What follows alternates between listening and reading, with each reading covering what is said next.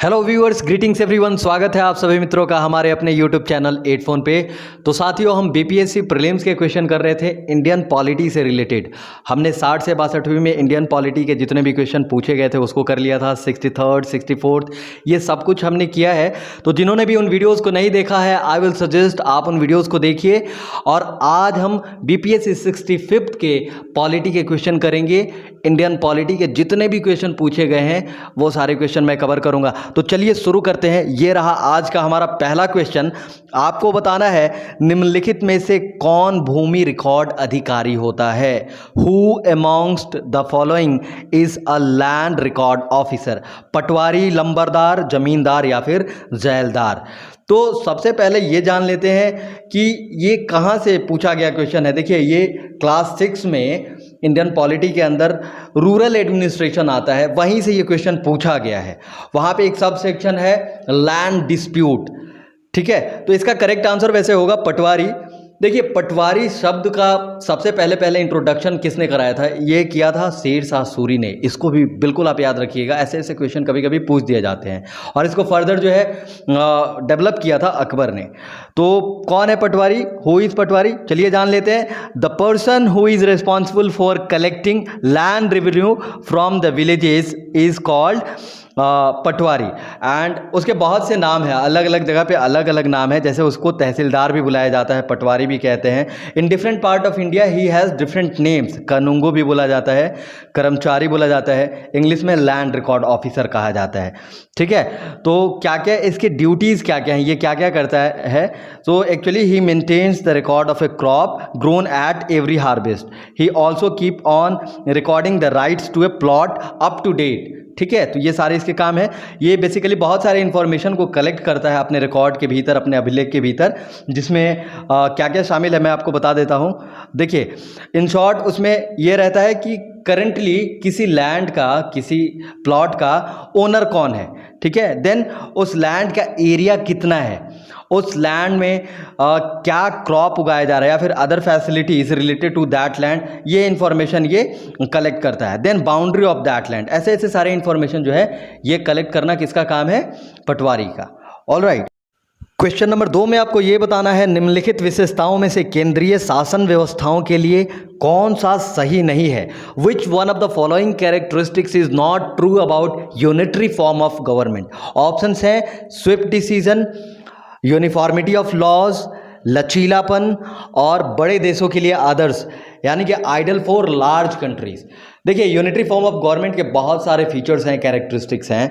जैसे पहला तो हो गया centralisation of power. Okay, centralisation of power है इसका एक फीचर। तो नो पावर सेपरेशन भी इसका एक फीचर हो सकता है फ्रॉम सेंटर टू स्टेट। तो पावर मेनली वेस्टेड होता है सेंटर में। Okay, then single and simple government, uniformity of laws, then flexible constitution. उसके बाद पोटेंशियल फॉर डिस्पोटिज्म। देखिए, पोटेंशियल फॉर डिस्पोटिज्म भी इसका एक फीचर कैसे है? यदि वहाँ का जो रूलर है वो फेथफुल नहीं है तो वो निरंकुश शासक साबित हो सकता है, वो तानाशाह साबित हो सकता है, गलत फैसले ले सकता है जो कि प्रजा हित में नहीं है। तो पोटेंशियल फॉर डिस्पोटिज्म भी देखा गया है, एक फीचर है यूनिटरी फॉर्म ऑफ गवर्नमेंट का, जो कि एक नेगेटिव फीचर माना जाता है।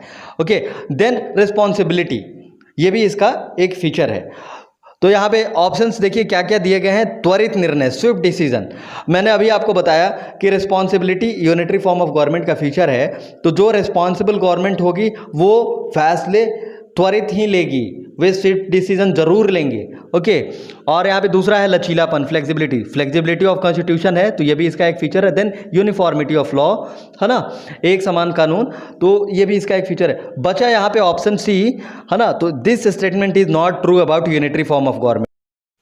तीसरे नंबर क्वेश्चन में आपको बताना है समुदाय विकास कार्यक्रम का उद्देश्य क्या है। What is the objective of community development programmes. Options are providing educational facilities, yes this is correct, ये इसका एक ऑब्जेक्टिव जरूर है। दूसरा है improving standard of living of the people, लोगों का जीवन स्तर सुधारना या ऊंचा करना, ये भी एक खास ऑब्जेक्टिव है कम्युनिटी डेवलपमेंट प्रोग्राम का, सही है। तीसरा ऑप्शन है पॉलिटिकल ट्रेनिंग देना और चौथा है helping villages in planning.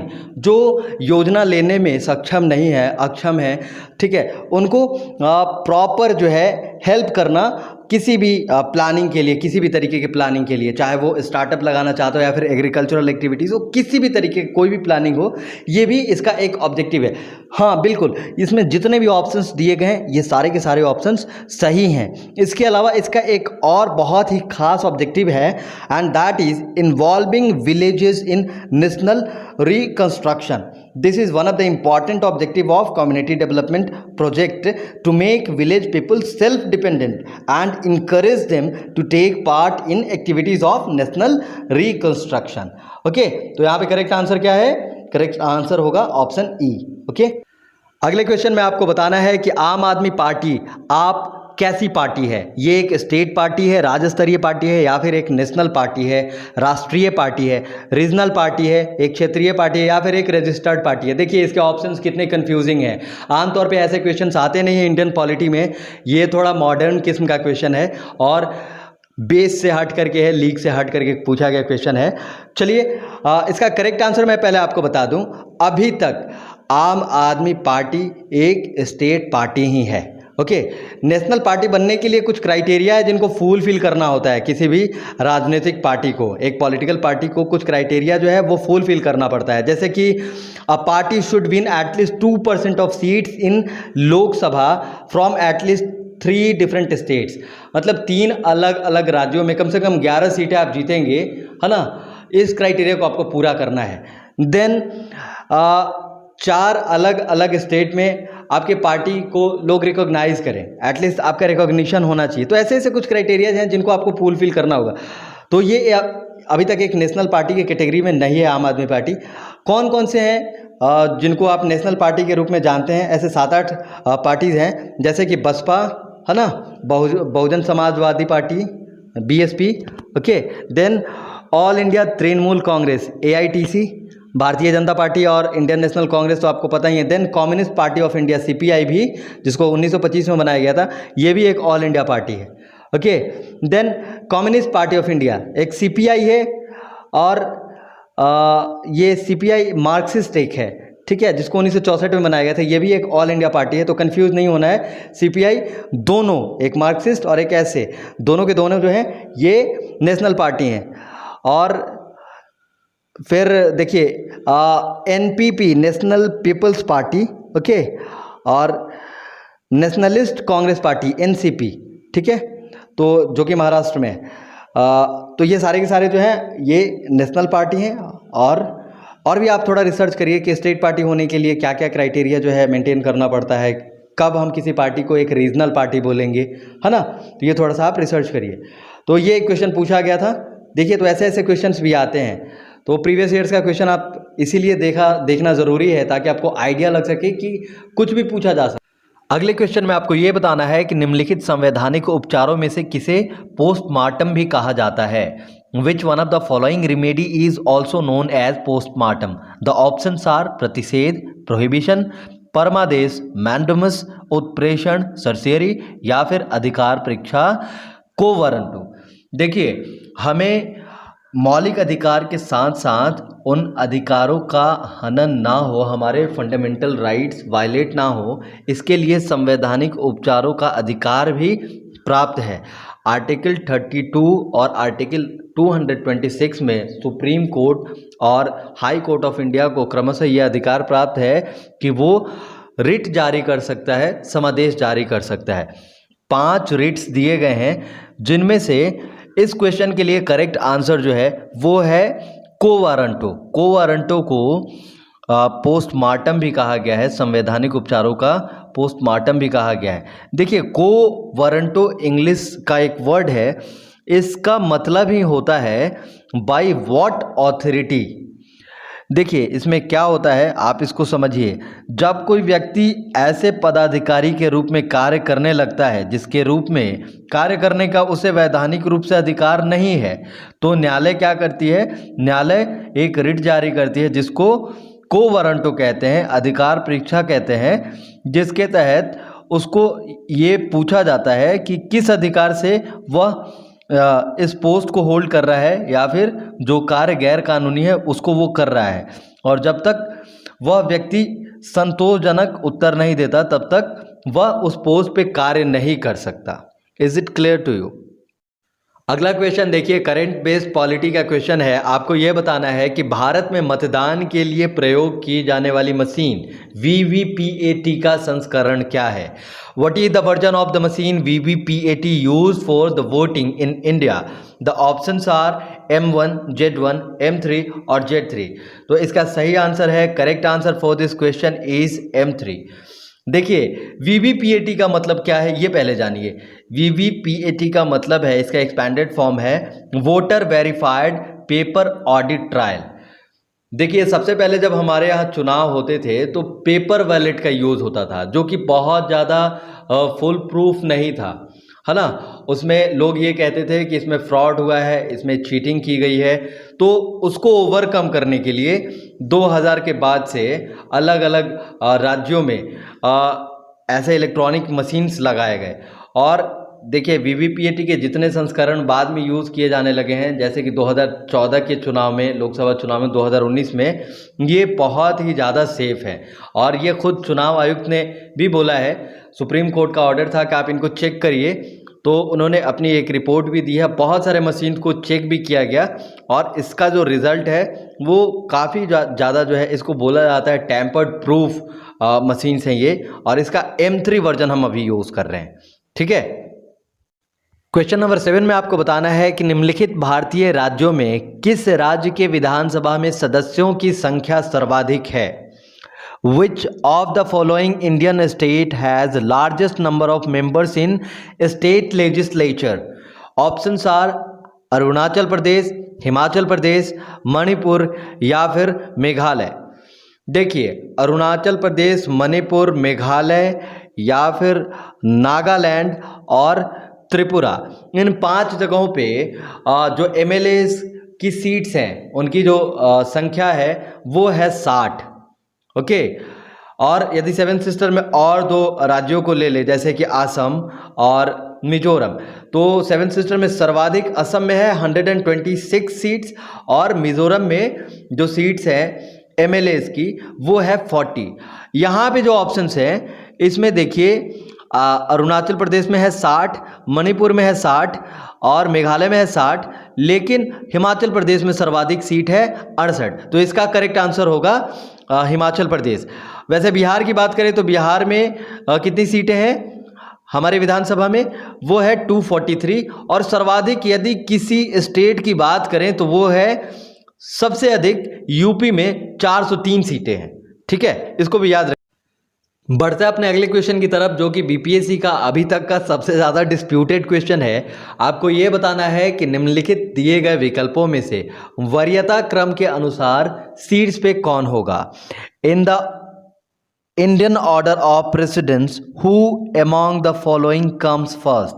The chairman of UPSC, the chief election commissioner या फिर कैग या फिर the chief justice of high court. इनमें सीट्स पे कौन होगा? देखिए इसका ऑप्शन जो है ई करेक्ट मान रहा है।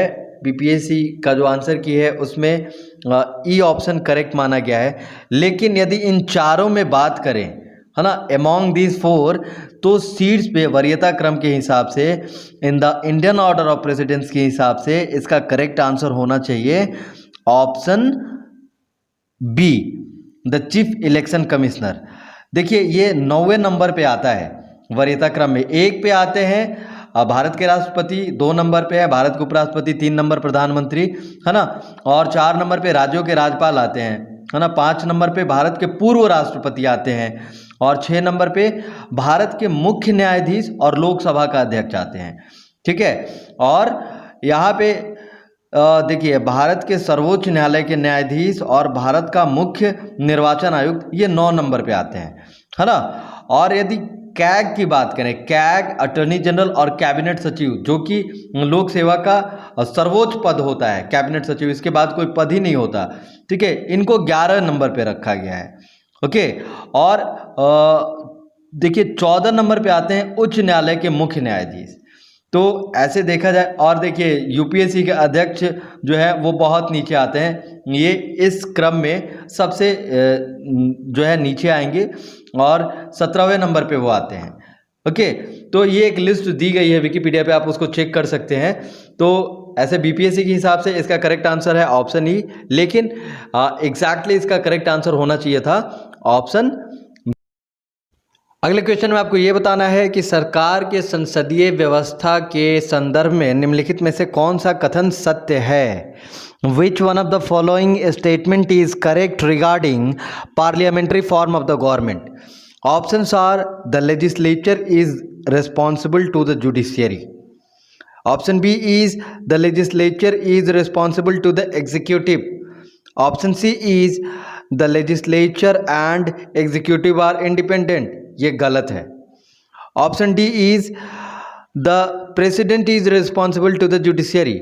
देखिए ये बात बिल्कुल ही सच है कि जुडिशियरी हमारे यहाँ इंडिपेंडेंट है, लेकिन everyone is equal in front of law. Okay, तो जुडिशियरी के सामने चाहे एक इंडिविजुअल हो या फिर कोई टीम हो, है ना, या फिर किसी तरीके का काउंसिल हो, या फिर कोई भी हो, anybody XYZ, they are responsible towards judiciary. तो यहाँ पे देखिए ऑप्शन में एक से ज़्यादा ऑप्शन सही हैं, तो इसके लिए करेक्ट आंसर यहाँ पे क्या होगा, option E. Okay, last question में आपको ये बताना है कि निम्नलिखित में से किसका निर्माण पंचायती राज व्यवस्था के तहत हुआ है। Which of the following was constituted under the Panchayati Raj system. Options are khap panchayat, caste panchayat यानी कि जाति पंचायत, ग्राम पंचायत या जन पंचायत। तो पंचायती राज व्यवस्था के तहत जो है ग्राम पंचायत का निर्माण किया गया है। यह बहुत ही इजी क्वेश्चन पूछा गया था। तो thanks guys, thanks for listening me. और आगे अब हिस्ट्री और ज्योग्राफी और सारे साइंस वगैरह के प्रीवियस ईयर्स के क्वेश्चन को देखने के लिए stay connected with me. Thank you, have a nice day ahead.